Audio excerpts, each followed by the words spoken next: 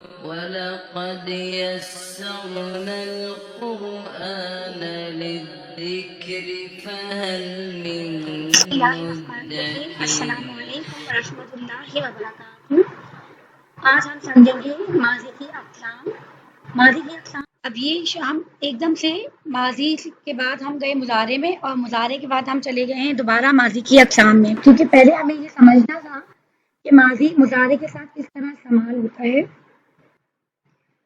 اور آگے چل کے ہم یہاں کانا کا استعمال دیکھیں گے۔ کانا بھی استعمال ہوا ہے اور وہ مضارع کے ساتھ استعمال ہوا ہے۔ ماضی کے اقسام میں کانے کا بھی ایک رول ہے، اسی لیے وہ آگے چل کے ہمیں مضارع میں ملتا ہے۔ اسی لیے پہلے ہم نے مضارع سمجھا ہے اور پھر ہم دوبارہ ماضی کے اقسام کی طرف آ گئے ہیں۔ ماضی کے اقسام پڑھنے کے لیے ہمیں کانا یکونو پڑھنا ضروری تھا، اسی لیے، اور یہ جو ہمارے پاس کانا آیا ہے اس کی گردان بالکل فعل کی طرح ہوتی ہے، اسی لیے ہم نے پہلے دیکھنا ہے کہ فعل ماضی میں کانا کی گردان کیا ہوتی ہے۔ یہ گردان آپ کو یاد کرنی پڑے گی، کیونکہ کانا یکونو کے اندر ایک حروف ہمارے پاس کہلاتے ہیں حروف علت۔ اس کے ماضی میں حروف علت آیا ہے۔ حروف علت کیا ہوتے ہیں؟ حروف علت ہے واو، حمزہ یا واو، حمزہ اور یا، یہ تین ہمارے پاس حروف علت ہیں۔ اگر یہ مادے میں آ جاتے ہیں تو یہ مادے کو کمزور بنا دیتے ہیں، اور پھر ان کی فارمیشن اس پیٹرن کے مطابق نہیں ہوتی جو ابھی ہم نے گردان پڑھی تھی۔ جو گردانیں ہم نے پڑھی تھی ان کے مطابق اگر ان کے اندر وہ واو یا الف ہے تو وہ پڑھنے کے حساب سے ان کے اندر پڑھنے میں تھوڑا سا مشکل ہوتا ہے۔ جب ہم پڑھیں گے، ایگزامپل کریں گے تو سمجھ جائیں گے۔ کانا کی ایگزامپل، ماضی میں کانا، کانا، کانو، وہ تھا، وہ دو تھے، وہ سب تھے۔ کانت، وہ تھی، وہ دو تھی، وہ سب تھی۔ کنتا، تو ایک تھا۔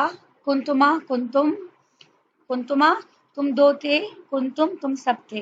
کنتی، کنتما، کنتنا، کنتو، کننا، کننا۔ یہاں پہ کانا جو بیچ میں الف آیا ہے، یہاں آپ دیکھ سکتے ہیں کانت کے بعد یہاں الف ختم ہو گیا ہے۔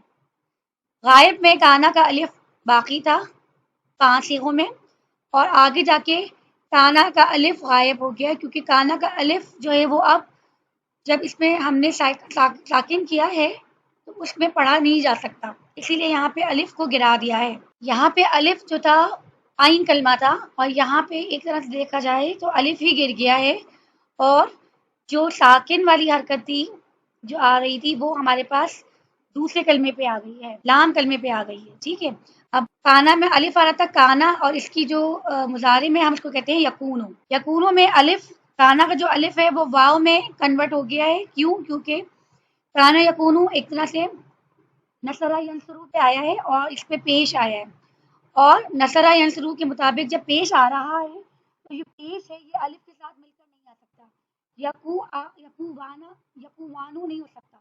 اسی لیے پڑھنے کے لیے عرب میں جب یہ پڑھا گیا لینگویج کے طور پہ، اس کو اس میں الف جو ہے وہ کنورٹ ہو گیا ہے واو میں، واو ساکن میں۔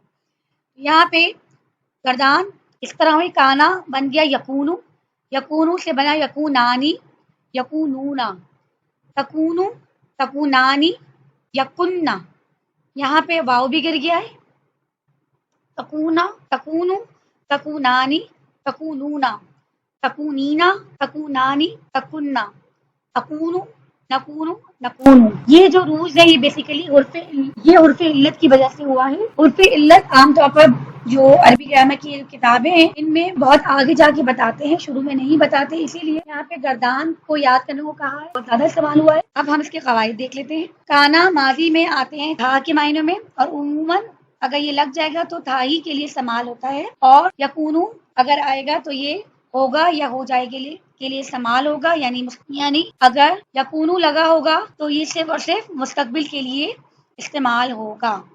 کانا لگے گا تو وہ ماضی ہو جائے گا، اور اگر یکونو لگے گا تو معنی مستقبل کے لیے ہو جائیں گے، اب اس میں حال کے معنی نہیں آئیں گے۔ حال کے معنی پیدا کرنے کے لیے ہم جملے کو اسمیہ میں کنورٹ کر دیں گے، تاکہ جملہ اسمیہ میں معنی آ جائیں گے حال کے۔ زید بیمار تھا کا ترجمہ زید بیمار ہو جائے گا، اور زید بیمار ہے کا ترجمہ ہم کریں گے زید مریض۔ زید بیمار ہے، زید مریض ہے۔ کانا کے ساتھ ساتھ ہمارے پاس ایک اور حرف ہے، ایک اور فعل کی طرح کا لفظ ہے جسے لیسا کہتے ہیں۔ لیسا کے معنی ہرگز نہیں کے ہوتے ہیں، نفی کے ساتھ استعمال ہوتے ہیں۔